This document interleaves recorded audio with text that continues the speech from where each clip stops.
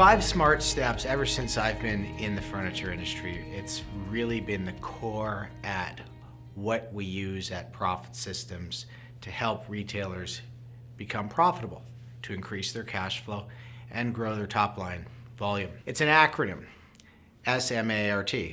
Basically, spot your winners, maintain your winners, auto-move your losers or your dogs, reward for high gross margin production, and target market for repeat business. So I'll give you a little bit on each one of those points, maybe expand on it from a little bit of the traditional focus, because I use them for a lot of different purposes out there in the business consulting world.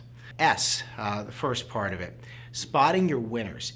Traditionally, we've used this as applied to inventory and inventory management.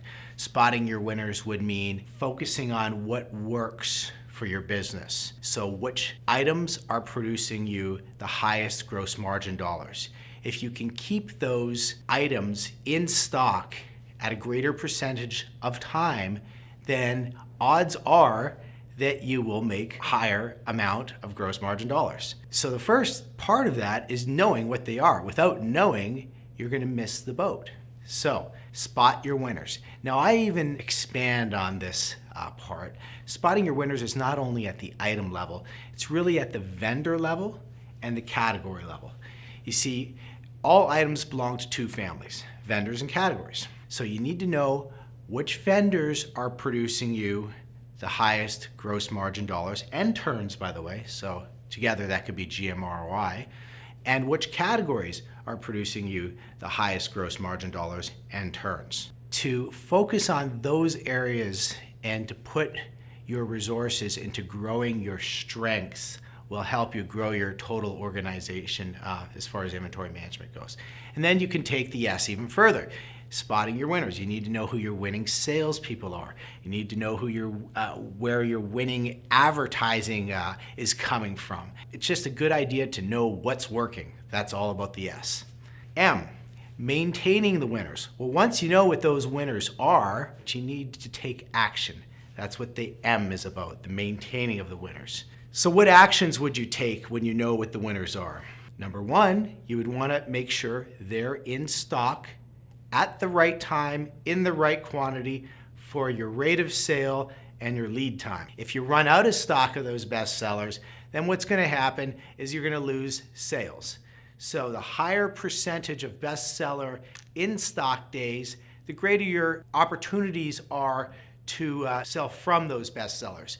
So your top salespeople will have much more luck if you can make sure your winners are maintained. Again, you can expand that further than the item level. Make sure your top vendors are taken care of, your top categories are taken care of. Make sure they're looking good at the floor, on the floor, they're displayed properly. Make sure your top salespeople are being treated appropriately. You know, you don't want to lose those people. They make you the majority of your business. Advertising, again, you know, maintain those advertising methods that really work for your business and try to put more money into those areas. Okay, A, auto move the losers or the dogs. So we'll apply this to inventory management. I mentioned the best sellers. The best sellers produce you most of your gross margin dollars, or the top 80%. But however, they have the fewest amount of SKUs up there. So whereas the dogs or the slow moving items, they would produce you 20% or actually less. The true definition of a dog is something that does not make any gross margin dollars. Most retailers would have a majority of inventory at any one time tied up in these items. Knowing that, what are you going to do about it? That's what the A is about. You need to have a system to know what those things are and a system to do something about it. Auto move them? Well, nothing's really automatic, but the report can be automatic. Then you can have a team that has some processes that they execute each month to action those slow-moving items. It might be mark them down in a series of levels depending on how old the item is. It might be put a spiff on there. It might be put them in an advertising promotion. It might be putting them in a tent sale on Craigslist. The list could be long, but do something about it. Doing nothing just causes you to have a ballooning dog inventory, and it's the worst situation anybody can get in, because if you have a ballooning dog inventory, you don't have enough money to buy the best sellers. So it's a downward spiral. Okay, SMA, we're on the R, rewarding high gross margin production.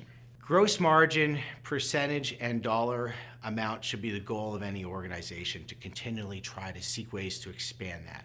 One great way that's time tested and field proven is to pay your salespeople based on the gross margin percentage that they sell at. So for instance, if one salesperson sells at, say, 50% and another salesperson on average sells at a 45%, is it right to pay them the same commission percentage? A variable commission based on gross margin says no. You would pay the person a higher commission percentage who produces a higher gross margin percentage. And this kind of variable method has proven to help retailers grow their gross margin by upwards of 7% overall, and that's pretty massive. Of course, it goes hand in hand with having a good pricing and merchandising strategy, which I'll talk about a little later on. So T, the last part of our acronym of the SMART steps, target marketing for repeat business. This all has to do with mining your gold mine. So if you believe in the notion that most customers that are happy will re-frequent your business, the T is what you want to explore. If you have a database of whatever, 10,000 customers who bought from you, don't you think it would be a great idea to keep in touch with those customers, especially the ones that are repetitively purchasing from you? There's a thing in marketing, RFM, recency, frequency, monetary value.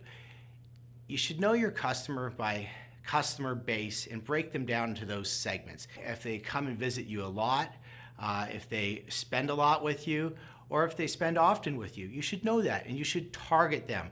Whether targeting, in my opinion, it could be email, it could be telephone, it could be mail, it could be text, it could be a Facebook message, I don't care. Just keep in touch with them. That's what the T is about. One thing about the SMART steps, each step is not independent of each other. It works best having them all support each other in an entirety. They all work best as one system working in unison. Implementing all the parts of the 5 SMART steps will take your business to another level. Guaranteed. I've seen it more times than I can count out there in the real world. The companies out there who follow the 5 SMART steps day in, day out, they don't stop. It's a part of their business. They do it continuously, forever. It's not something you do once. You do it forever, you make it part of your organization, and you will continue to grow and grow profitably.